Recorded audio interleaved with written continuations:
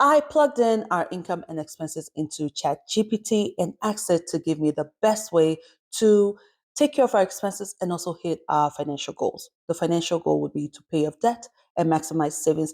But keyword, without making me feel deprived.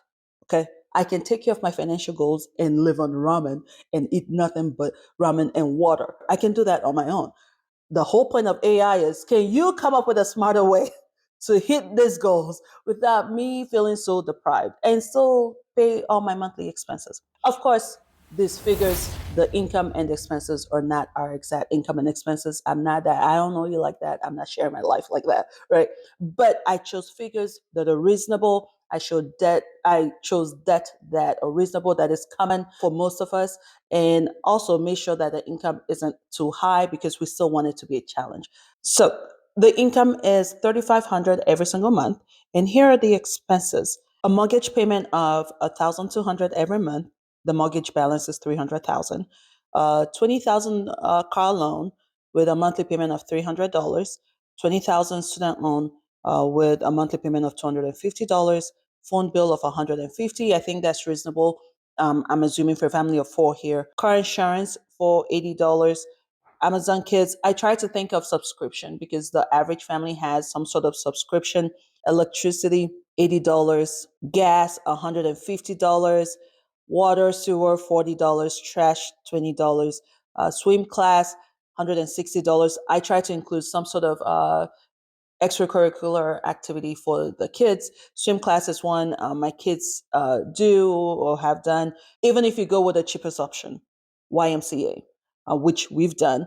YMCA for more than a kid, 106 is very reasonable. Internet and not cable. You can add cable when you're doing yours. We don't have cable, so I completely forgot about cable. That credit card payment of $250 every single month. The credit card has a balance of 15,000. I mentioned the balance on every single loan because I do want AI to give us a way to pay off these loans.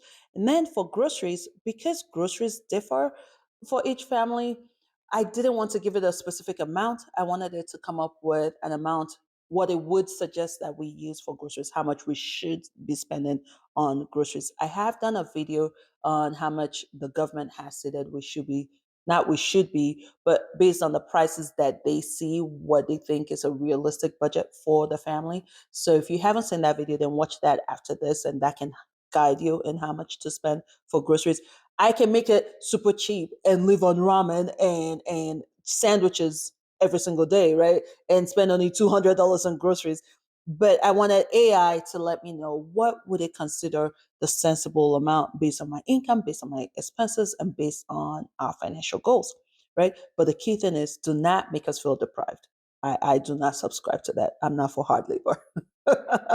So given that, here is AI's optimized, and it used the word optimized, the optimized monthly budget or the monthly spending plan.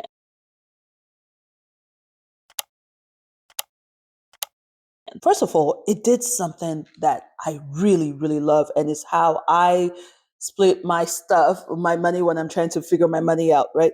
It split my expenses into two categories. It has the fixed expenses and the essential variable expenses. So the fixed expense is what it is, right? My mortgage is what it is, can't change it. Yes, I could probably refi. My electricity bill is what it is. I can probably look for another company, but for most of us where we live, you're stuck with what you have. You can't really go anywhere else. So the fixed expense is what it is, while my variable is where I can find wiggle room because that is within my control. It has everything but my groceries, gas, and miscellaneous needs. Everything else is considered fixed. The total for the fixed expense is $2,739. The total of the variable, remember this includes groceries, is $750. So when all my expenses are paid with an income of 3,500, I only have $11 left. That is a challenge. So ChatGPT, how the heck am I supposed to save and pay down that with $11 left every single month? And we haven't even done anything else but my expenses, right? So here is what it says I should do. At this point, you currently have $11 left after your budget. We need to free up at least $250 extra per month to pay the debt up faster. It breaks down for me where to cut down my expenses, where I can find the extra $250. Reduce your groceries from $600 to $550 by using meal plans and coupons and discount stores. And then find a cheaper plan for your phone bill. I only know of Mint. Let me know if there are any other affordable companies in the comment section. Heck, let us know. We would all want to know, right? So I should have mentioned the number of people on the plan. So that way it gives us a more realistic plan. I know Mint has something about $15 every month. So if there were four of you, it would be cheaper than $150. But that's an option, is to cut down the phone bills, save you $50 there. So $50 from the groceries, $50 from the phone bill. We're already at 100. Swim class, consider pausing or reducing frequency of the swim class. Listen, I knew this would be the very first. You don't need AI to tell you. If things are this tight, where you're at $11 left over after at the end of the month, you should let go of the swim class. Okay, like some of us survived without knowing how to swim. They'll survive. And so, but I wanted to be realistic. I didn't want it to keep it so lean, right, where it could do nothing. But I also didn't want to make it so fat, make the budget so fat, where it's so easy. It tells you what to cut off. There's a swim class on here for you, maybe another sport your kid is doing, or that you're doing, or that you have as a family, right? So cut that down, $80. Now, like I said, even with the cheapest plan, 160 is realistic for two kids. $80 that you're not really going to get. I don't think you would find a plan where you're paying $80 for two kids for swim class. Maybe recruit a friend to teach your kids how to swim. And then, of course, cancel Amazon subscription, Amazon Kids. So if you have Amazon Kids, we have Amazon Kids. If money is this tight, you can cut off that $9 and have them just watch YouTube Kids, right? And that would be free. You're already paying for internet, so why pay for Amazon Kids? And that way you don't have to pay the extra $9. So if you add up how much we've saved so far from cutting groceries, cutting phone bill, cutting off swim class, and Amazon Kids, you get an extra 100, 180, 189. Then the miscellaneous needs is reducing to $25. Doable, right? Doable. If money is that tight, you're cutting off anything possible, everything necessary. This is where dollar store comes in. If you need cleaning supplies, dollar store is a good place to hit for that, for personal needs, and that way it's a good way to reduce it. Gas for your car can be reduced from $100 to 75. I'm not sure this is realistic to reduce the gas to 75 if you're doing a lot of back and forth, depending on your commute anyway, to work and everything else that you have going on. I don't know how realistic it would be. $75 for one car is more than realistic, but I think I mistakenly combined both. But all right, going with that, it has found an extra $239, rounded up to 250. In what world, AI? Where does $239 round up to 250? I thought we were rounded up to 240, 250, but let's just round up to 250 for simplicity and keep going with it. This is just showing you how you can input your own numbers and see what advice it would give you. And of course, AI is just based on all the information online, right? It's just gathering all this information online, condensing it and applying it to your figures. So you still get to say what it should be, but this would at least give you your starting point, right? You may not be able to reduce your phone bill to $50 every single month, but here are some other things you can reduce. And then it gives me a way to implement the credit card payoff plan. So the minimum payment of $250 plus the extra $250 would be $500 going to credit card every single month. At this rate, I would pay off the $15,000 balance in under 3 years. Of course, it reminds me that I'm saving money with the interest as well because I'm paying it off faster.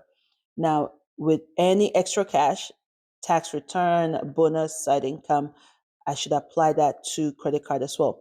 I am so shocked that it's having me focus every extra dime to credit card payment instead of savings. My goal was both maximize savings, pay down debt. And it's really just having me put everything extra to credit card.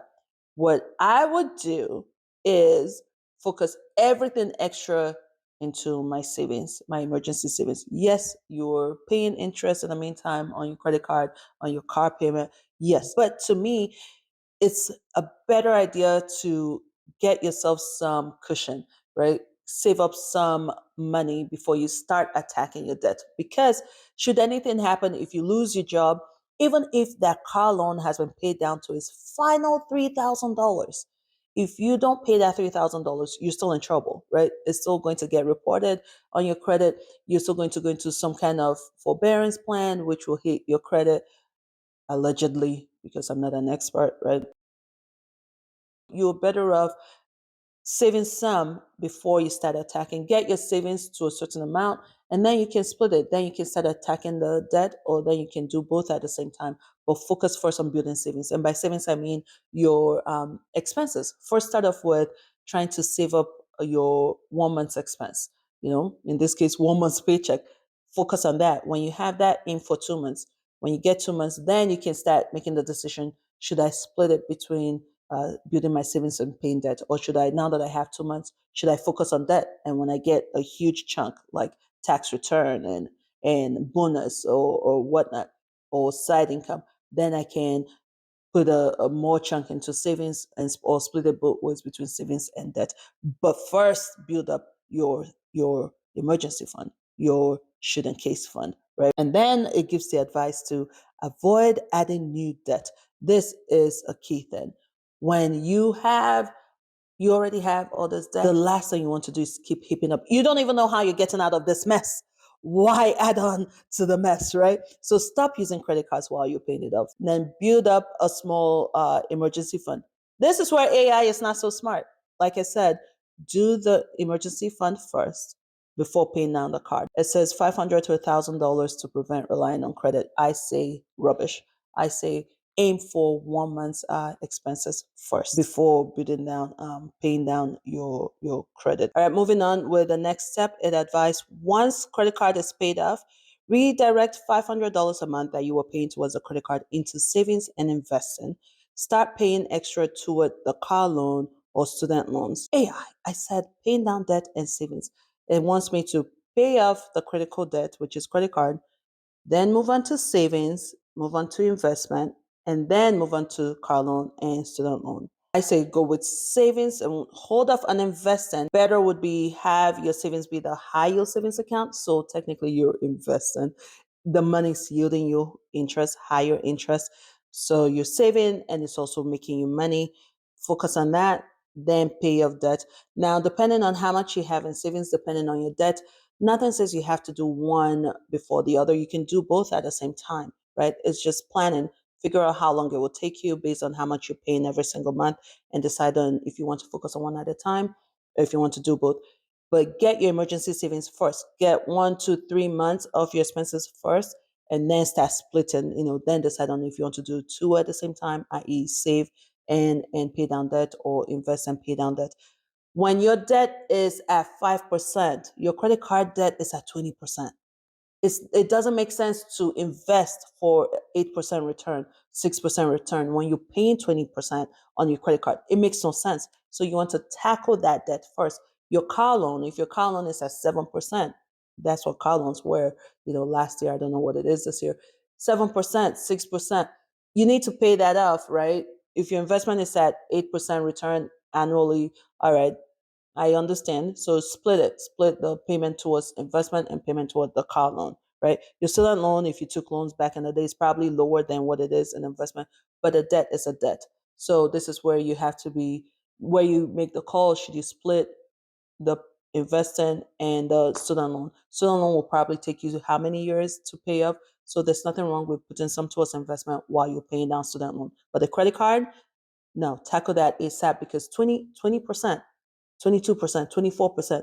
That is take care of that. And I know that's why, now that I think about it, that's why AI wanted me to take care of that first, because those rates are high.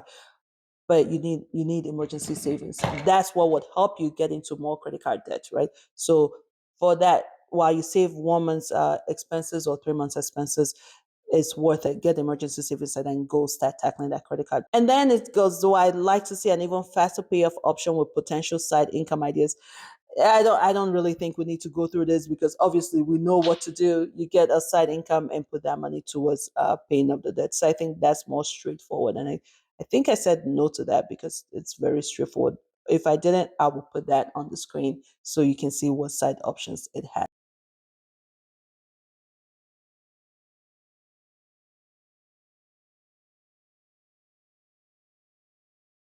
But I hope this shows you how we can use something we already have, something we're already paying for. AI, we're paying for the internet, and this is a free chat GPT that you could use. Plug in your real numbers, plug in your real expenses, and let it guide you on how to. It's like having your own personal finance advisor. In the future, I think I may do one with investing to see what it would, how it would advise me to invest in the stock market, given my limited income, and I'll share that with you. Is there something you think you're going to try out? I hope it helps you out, maybe give you an idea, see if you are managing your money as you should or the best way possible. Remember, AI is simply taking all the information we've put in online over all these years, gathering all that information and applying that to your figures. All right. Thank you so much for watching. I will see you in the next video. Bye.